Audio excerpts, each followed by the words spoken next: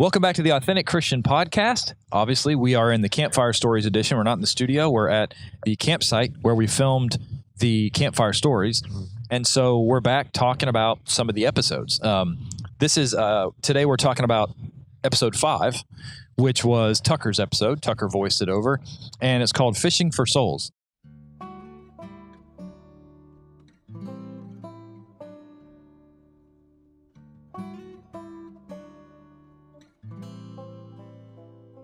Tucker, why don't you tell us a little bit about the episode, the reasoning behind it? You know, maybe someone is finding this first and they haven't seen the Campfire Stories. So just tell a little bit about what that episode's about.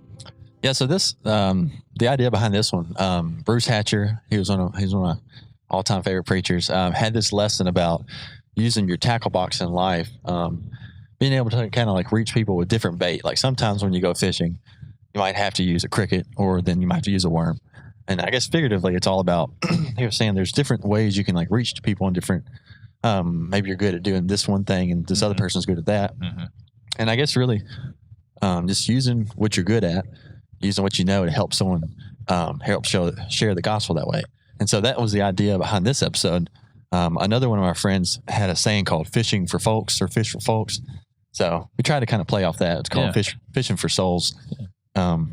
So yeah, the heart behind this episode is that the gospel never changes, but we want to talk about there are many ways like that Jesus used to reach other people, to different groups. Yeah, but that's kind of the idea of it. Yeah, I think that's great. I mean, I remember when Bruce first like preached that sermon. It's probably like a year ago, maybe, because when he preached that sermon in that sermon series, I remember you came into work and you were talking about it. Yeah, and it's interesting because I grew up in West Virginia, so I grew up trout fishing. When I moved to the South, I tried to go bass fishing, and I had never been I never learned how to bass fish. I remember North Carolina and Raleigh. I think I fished once went to this big lake there and fished for like hours and did not get a bite. Whereas I used to just crush trout fishing in West Virginia because I knew what to do. I'd been raised on it. So there's things like that where I remember you telling that lesson. I'm like, that's a pretty good analogy because different people have different skill sets.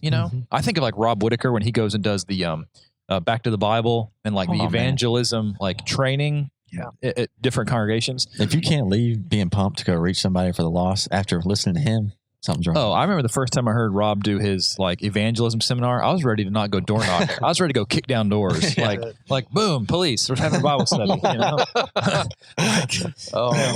pretty energized after listening to him. Got a Bible study warrant coming in.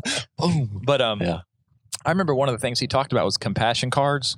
Where what their congregations, what they have them do is if a visitor comes to their congregation, they will have the people that writing cards. If it's some ladies in the church, maybe it's someone who doesn't feel like they're a great evangelist. Well, they'll write cards and say, we're so thankful that you came. We'd love to have you back. Yeah. And they start sending them cards. Well, these visitors get card after card after card. And then, the preacher or one of the elders, one of the evangelistic members reaches out and says, hey, would you like to study? They're more receptive because they're like, wow, that congregation cares about me, you know?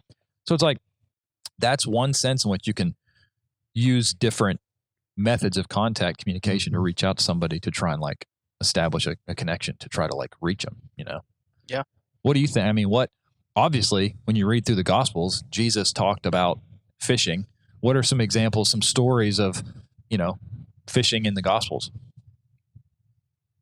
Well, I mean, I suppose in a sense, the parables are one way of teaching, right? We're talking about fishing in a spiritual sense. The gospel, we're talking about teaching people or reaching people. So the gospels are one way in which people were reached. The parables and the gospels were one way, one type of bait. Yeah, it was the analogy of bait, right? Yeah. Talking about the modern examples that you gave a second ago, we're using a particular kind of bait, right? In a sense, That's what these videos were all about, trying to use different stories or parables or whatever you want to call it to appeal to people and to get them interested and to want to come and listen to the rest of these podcasts and study a little bit of their Bible. Yeah. Media itself is a kind of bait. I mean, you talk about door knocking just a second ago. Yeah. And that's a particular kind of bait. Some people, most people these days, they're not necessarily out knocking doors anymore, but it can still be effective depending on who it is. You never know what kind of person you're going to knock on the door of, and they might be sitting there, they're lonely, and they're looking for that connection with people, and then that gives you the opportunity to study the Bible with them. Mm-hmm. So that can be a type of bait. Yeah. Right? I mean, I think about Luke chapter 5, when Jesus was getting ready, he's in his earthly ministry. He's been baptized by John. He's been tempted. He's now teaching. He develops disciples, right? The word disciple means learner, right? So he goes and finds guys he can teach that then are going to teach others. And if you look in Luke chapter 5, it's interesting to have this account. Luke chapter 5 and verse 1, it was as the multitude pressed about him to hear the word of God, he stood by the lake Gennesaret, right? Sea of Galilee, I think is Gennesaret was like a more ancient name for the Sea of Galilee. And so, like Josephus said, there'd be like 230 small boats on that lake, like 4 to 5 men, right? So you have this lake, and it says in verse 4, when he had stopped speaking. So he got into the boat in verse 3, and it was Simon's, who Simon is Peter, right? And asked him to put out a little from the land. He sat down and taught the multitudes, right? So Jesus, teaches, and then when he had stopped speaking, he said to Simon, launch out into the deep and let down your nets. So these men are professional fishermen. And here comes this guy, Jesus, who's teaching, and he's like, hey, let's go fishing. Let's launch out in the middle. Simon answered him, Master, we've toiled all night and have caught nothing. Nevertheless, at your word, I'll let down the net. So he's like, we've been fishing all night. We haven't caught anything, but okay. He probably heard this guy teaching. He thinks, all right, we're going to give this a shot. Verse 6, when they had done this, they caught a great number of fish that their net was breaking, about to break, is I think what some people say. So they signaled to their partners in the other boats to come and help them. They came and filled both the boats so that they began to sink. When Simon Peter saw it, he fell down at Jesus' knees, saying, depart from me, for I am a sinful man. For he and all who were with him were astonished at the catch of fish they had taken. And so also were James and John, the sons of Zebedee, who were partners with Simon. And Jesus said to Simon, do not be afraid. From now on, you will catch men. Mm-hmm. So when they had brought their boats to land, they forsook all and followed him. So Jesus says, look, you're a professional fisherman. It's what you do for a living. I'm going to take you, and instead of catching fish, you're going to be catching what? People, right? Yeah. Instead of, fishing for something with scales, you said, now they're going to be fishing for. Oh, yeah. I think you and I kind of came up with it. Well, they went from catching something with scales to, fishing for souls. Yeah. That's something like that. So Jesus says, this is what you do. I'm going to give you a higher form of this calling. It's like, if you're a carpenter, it's like you've been building houses. Now I want you to build like spiritual houses, build church, and that's what he did with them. He took them and said, I want to make you guys fishers of men. Well, you wrote a note down about, I was looking at some of the notes you wrote about evangelism can be awkward. But what about these guys? I mean, they're fishermen that hang out on the lake all the time, and, I'm sure they're a certain kind of crowd, Yeah. But then they're told you got to go reach all these people. Yeah. It's like, I'm sure they're like, what? That's a good point. They're excited, but then they're probably like, they're fishermen, and then they got to go be spokesmen for the Son of God. Like, I've never thought of that. I don't know. I just thought about it. No, that's a good point. I've literally, until this point, when you brought that up, never thought of that, because a lot of times today, you'll try to encourage people to evangelize, and they'll say, oh, I'm just not good at talking to people. Right. Or it's like, well, I'm just not like a great speaker. It's like, do you think that these 4 guys were fishermen because they were great speakers? I mean, I they're think we fishermen. Expect that they are. My guess is that if they're like really charismatic and like very, like people just draw to them, like, do you think they'd be out on a boat fishing? I don't know. I mean, yeah, maybe not. Maybe not, but it is interesting. It's a really good point, because now you have these guys who Jesus, like, first of all, Jesus comes to them and says, you're going to follow me. Later in the book of Acts, when they stand up to speak, he says, are these guys not Galileans? Like, how do they know all these different languages, right? So obviously they had a little accent, and they're fishermen. I mean, that's a good point. Oh, well, I mean, I guess I can help us, because like you were telling us, like, it doesn't get easy. I mean, the awkwardness is still there sometimes. Or like you still get nervous when you first jump into it, whether you're at a coffee shop. Yeah. Kind of like we talked about the podcast. And I guess like it's not just that there's different ways of sharing. Like with the podcast, it was like ways to share Jesus at a coffee shop. But this one's like, even though it's been like 2,000 years or so, and that so many culture changes have happened, that doesn't change scripture at all. Yeah. Just because the culture changes. But it doesn't mean we can't use new, like they didn't have social media back then. Like, so like, it's okay to use that. Yeah. I mean, think about it for like the first, 2,000 years. Let's say they didn't have cities. And so every time you taught somebody, you had to go to an individual's house and speak person to person. Well, then a city develops, and let's say you have a marketplace. Am I allowed to go to the marketplace and stand up and speak to 500 people at once? Well, yeah. Why? Because I've been commanded to go teach. How I go and teach, that's what sometimes people call expedience, right? Which is like something that helps you fulfill the command. So now you go 2,000 years forward from the time of Christ. They didn't have social media, but now we have social media. We got YouTube. Am I supposed to say, well, they didn't preach on YouTube in the first century, so I can't do that? No, Jesus said, go and teach. The Great Commission was go and preach the gospel to every creature. Mm-hmm. How can I get it to them? Well, YouTube, Facebook, social media, Instagram. I mean, who would have thought like we'd be bringing cameras out to a campsite? Yeah. I mean, we're just talking about the gospel, but we're using these cameras and the podcast equipment to, capture that and then send it out to the world. And hopefully people will hear it. But I heard someone say that like, if Jesus came back and he's like, what's your strategy plan? And you're like, well, I got this plan that was in the 1950s. Like, is it helping reach people today? And maybe maybe it does to certain people, but in certain people, like it needs to be, up to date. Yeah. That doesn't change scripture or anything. It just means that things. No, just different things appeal to different people, Mm-hmm. Well, how's most of the New Testament written? In what? The letters. Yeah. Oh, yeah. So Paul's like, look, I can't get to where you're at right now. So I'm going to do what? I'm going to transcribe something down to a form of media and send it to you. Yeah. So Paul wrote something down in a letter. He basically put this form of his message in this and then sent it, and then people get it and they look at the message. Paul's not there, but he's still delivering the message. You could even say that, the Holy Spirit inspired them to write it down. Yeah, he did. To use a letter. Like, yeah. That's cool. Because that's the way they transmit the messages. And today we transmit messages in multiple different ways, Yeah. And he'll teach some different things. It's all the gospel. It's all different parts of it. But, certain people need certain parts of it a little bit, emphasized than others. Yeah. The synoptic gospels did that, right? Matthew, Mark, Luke. Yep. They all did that. That's what people call the synoptic gospels. That's right. I don't know.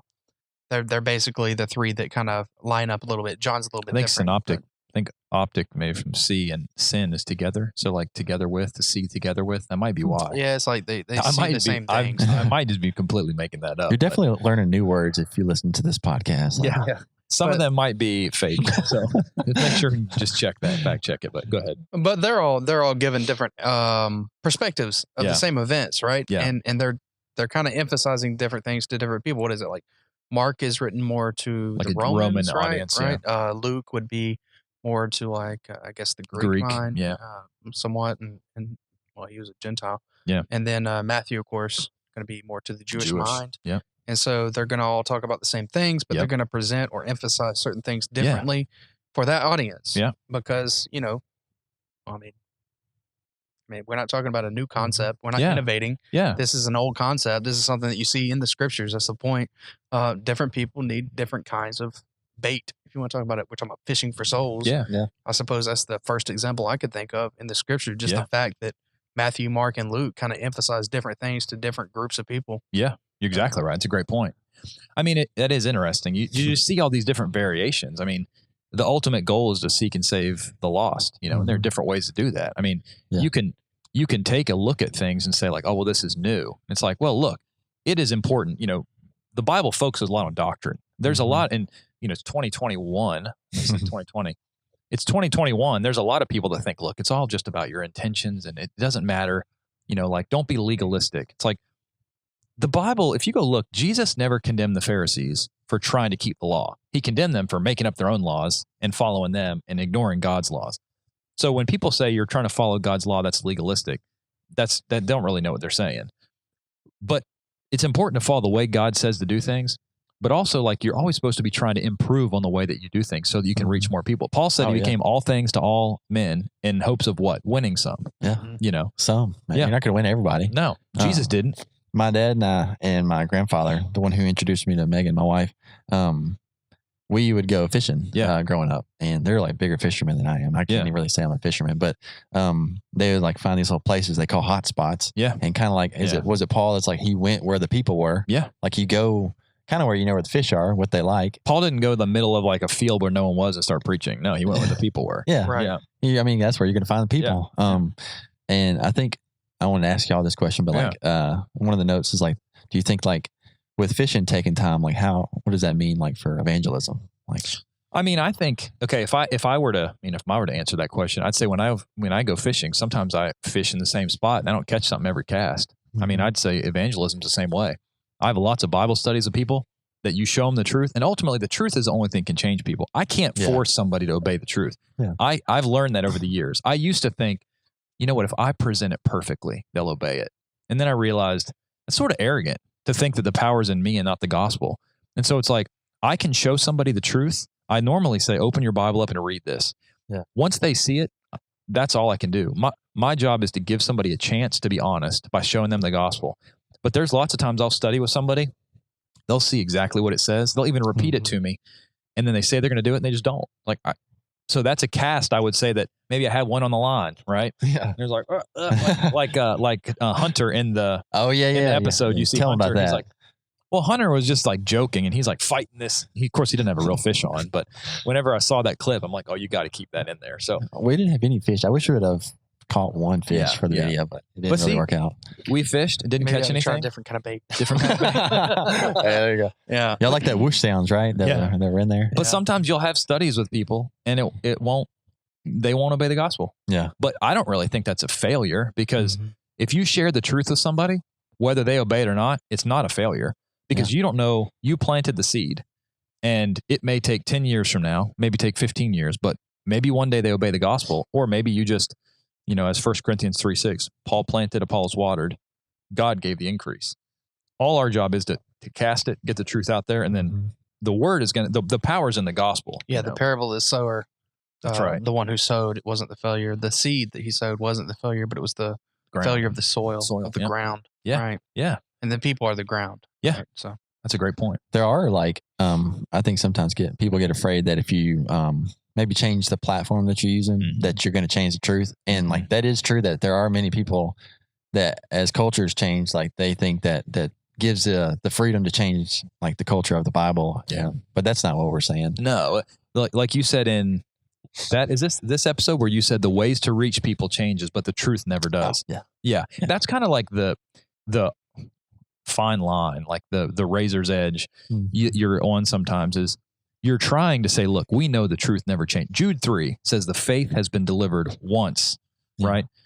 And I think the word's hapax, which means once for all time. So the faith has been delivered. Contend for the faith once delivered. That faith is not changing. It hasn't changed in 2,000 years. If something is sinful today, it was sinful 2,000 years ago, and it'll be sinful 10,000 years from now if the world's still around, right? Yeah. So that doesn't change. The way to become a Christian, never going to change. It was the same 2,000 years ago. It's the same today. But the way you're going to teach somebody, the way you reach them, you can change that as long as you're not changing the essentials. Like the way to reach people, the expedient, you can change that, but you don't change the truth. Yeah, back then, maybe they taught in the town square. Maybe they taught in the synagogue. Maybe they taught house to house. Yeah. Today, we've tried different things. You know, people have had bus ministries. We've had vacation Bible school. We've had gospel meetings, old tent meetings. And so now today, a lot of people are trying other things, media, making videos, making podcasts, making radio shows. There's a lot of ways that you can do it. There's tracks. There's all kinds of different methods for teaching the gospel. It doesn't change the nature of it just because you change the medium in which it's presented. Yeah. Right? We're not talking about changing worship. We're not talking about changing the way that you become a Christian or what God expects you to do or how to live or have a certain kind of character. Yeah. But we're just saying, there are many different ways that you can come up with to teach the same thing through a different medium, through a different method to reach a different audience. Yeah. And there's nothing wrong with that. Yeah. That's been done for thousands of years now. Yeah. So, and if you look at the Great Commission, right? So Jesus, he gets these men, his disciples, he teaches them, they spend, 3 years with him. And then after his death, burial, and resurrection, he gives the Great Commission, which is basically, hey, this is what I want you to do. After, he said, I'm going to ascend to the Father, right? And then after he ascends, there in Acts 2 is the fulfillment of it. But this is what some of Jesus's last words were. And so this is, Matthew chapter 28, verses 18 through 20 is what I'm going to read. The wind doesn't blow my page. And Jesus came and spoke to them. This is the 11 disciples, verse 16. Okay. saying, all authority has been given to me in heaven and on earth. So all authority is given to Jesus. And here's what he says, verse 19, go, therefore, and make disciples of all the nations.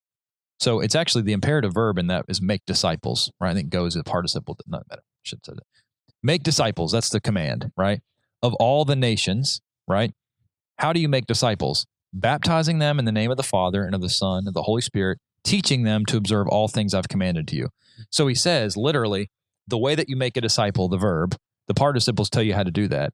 Baptize and teach, right? So we do the same thing today because, someone says, well, Matthew 28 was written to the apostles. Yeah. And it says they were supposed to do what? Baptize and then teach what? The people they baptized. Everything, which would include, hey, now you go baptize and teach. Yeah. And so that's the Great Commission.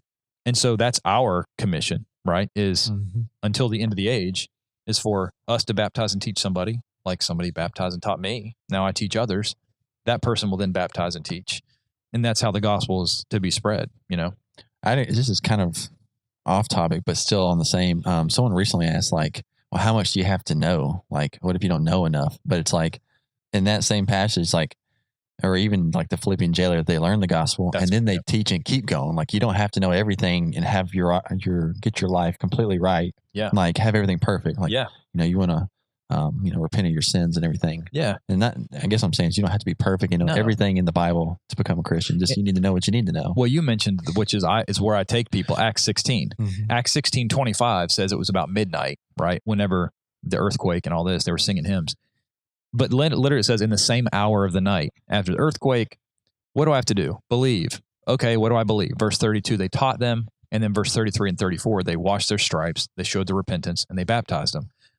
Those people became Christians in the middle of the night. They didn't wait till baptism Sunday. They didn't say, I want to become a Christian, but I'm going to wait to be baptized. I'm going to sign up on a list. I said this before, I'll say it again. If your church is teaching you to be baptized, that you believe, you're saved, then you wait up and you sign up on a list, please contact us. Send us an email. I will find you a church in your area, because a church that teaches you to sign up on a list and wait to be baptized is not a New Testament church. They did not do that anywhere in Scripture. No. So those people, how much do you think they knew in 1 hour? I mean, there's no way you could possibly know everything. The basics. The very basics. Yeah. You're meant to serve God. I can assume Acts 8:35, they preached Jesus. So he probably preached to him, hey, Jesus was God. He came in the flesh. He was crucified. He lived a perfect life. He died to save you from your sins. And if you don't basically obey the gospel, if you don't repent, confess, believe, and be baptized, you will, if you die that way, you'll go to hell for eternity. Like the basics. Yeah. And I'm sure he said, you convinced me. Let's do it. And they went the same hour of the night and they baptized him. Now, do you think the next day, that Philippian jailer, he doesn't know that much, but someone comes up to him and says, hey, what's different about you? I'm a Christian now. What did you do? Tell you what he did? You think somebody asked him some complicated question about, well, what about the eternal existence of, yada, yada? He'd probably say, look, I don't have any idea yet what you're talking about, but I can tell you how to become a Christian. It's not that complicated, And I think with creating this episode, you helped me write it, and we are all building it together.